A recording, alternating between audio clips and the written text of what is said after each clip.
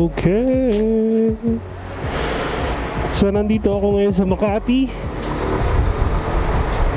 Green Belt. Now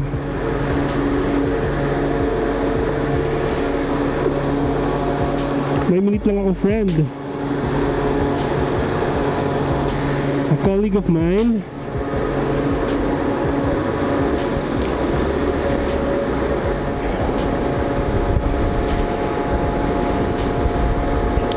so today susundin ko yung nanay ko sa may Taft along Libertad.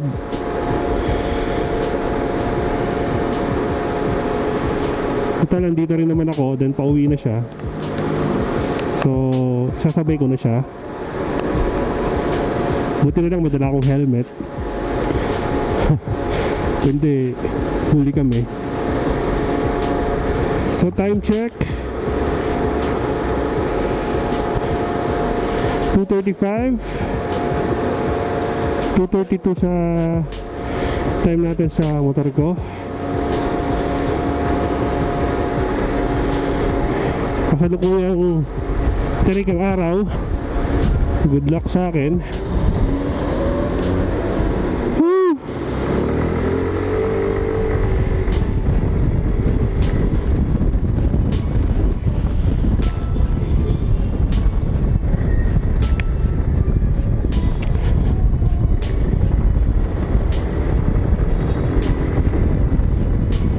So last week sakto rin na nawala yung driver's license ko. Now the question, paano ko nawala? Well, kasi sa Las Piñas maraming villages doon na hindi ka pwedeng basta-basta pumasok, so kailangan mag-iwan ka ng ID. So ako, before ako umalis ng bahay, inisensya ko, nilagay ko na dito sa compartment. However, nung hinahanap ko na, hindi ko na siya makita. Hindi ko ata siya nalagay sa compartment. Hindi ko alam kung nailagay ko lang sa upuan, then nalaglag habang nagdadrive. Ay, hassle. So 1 week akong hindi makapagmotor or makapag-drive.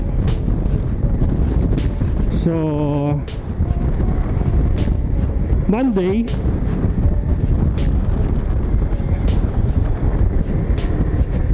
pumunta ako ng LTO para mag-process ng bagong license or ng duplicate. So ayan, papakita ko yung video sa inyo. Wala ang license mo? Wala sir.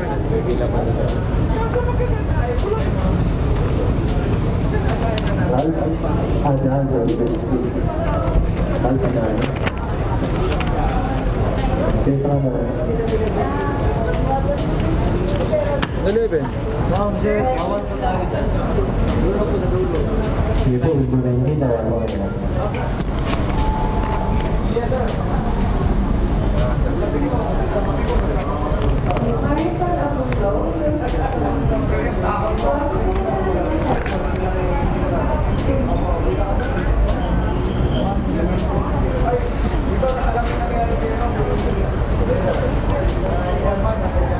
Ma'am, nawala ko kasi yung plate, yung license ko.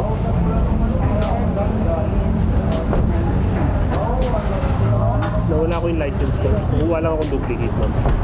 Kailan nag-expire ang nawala? Recent, I think last 2018 lang po ata or 2017. Opo, 17 ata, ma'am. 17. 2017. Recently lang, opo. Duplicate rin yung kailangan po ng medical. Medical? Expired na eh. Ay, hindi pa po. Ano na po?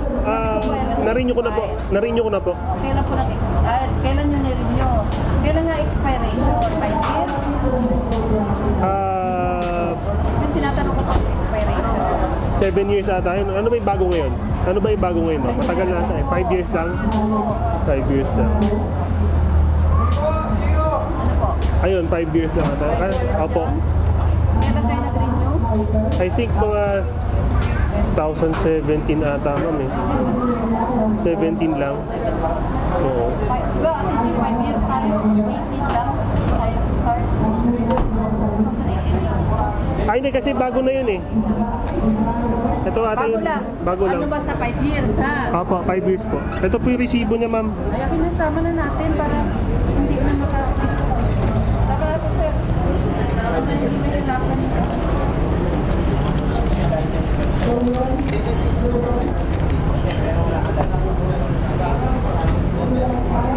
Ito po ata. Pakicheck nga po. Nawala.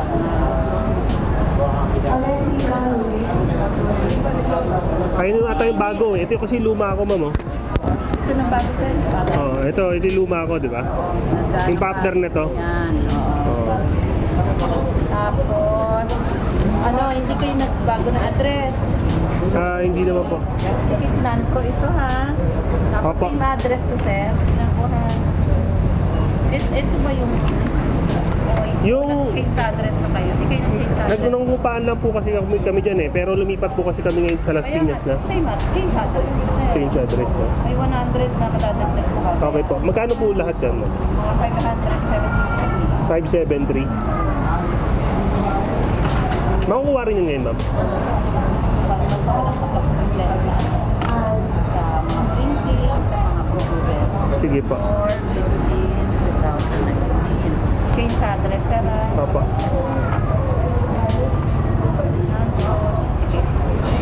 Tatawagin kayo sir sa Windows 16 or 17. 16 or 7.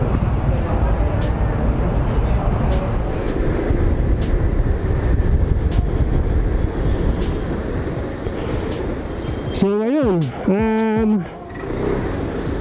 hindi ko na na-continue video after kong maipasa yung requirements dun sa customer service. Also hindi ko rin na-videohan ng maayos kasi I think baka mailang sila sa akin pag nakita nila may camera. So ang ginawa ko, as much as possible, tinry kong itago. So, ang process, pagkuha ng duplicate, is almost the same as getting your renewal. Kukuha ka ng form sa harap, sa desk, sa front desk, sa information, pipilapan mo yun, then ibibigay mo yung requirements sa customer service. Ano ba yun? Una-una, affidavit of loss na papanotaryhan mo. Kadalasan sa mga LTO mismo, mayroong mga notary public na pag wala, sa labas kayo kukuha o doon sa labas kayo magpapanotary. Notaryo, ID with specimen signature baka kailangan kasi naalala ko yung akin nag sign ako eh or hindi. Anyway, xerox sa ID front and back, then yung application form, then yung payment.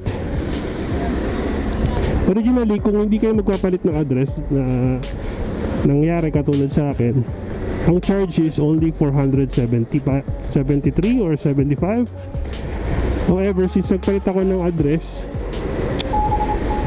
575 yung binayaran ko.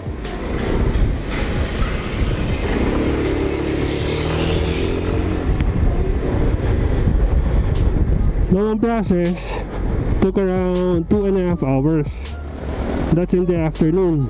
That time busy hours yun.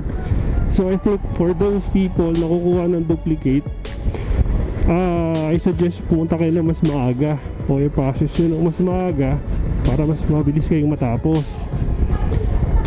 I think kaya ng isa't kalahati or 2 hours yung pag-process nun pag morning. So no need to file a leave for the whole day. At least kita pa kayo ng half day para doon sa mga nag-work.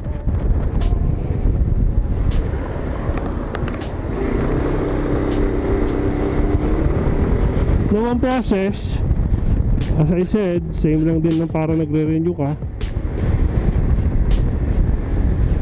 Kukuha ka ng picture, then biometrics.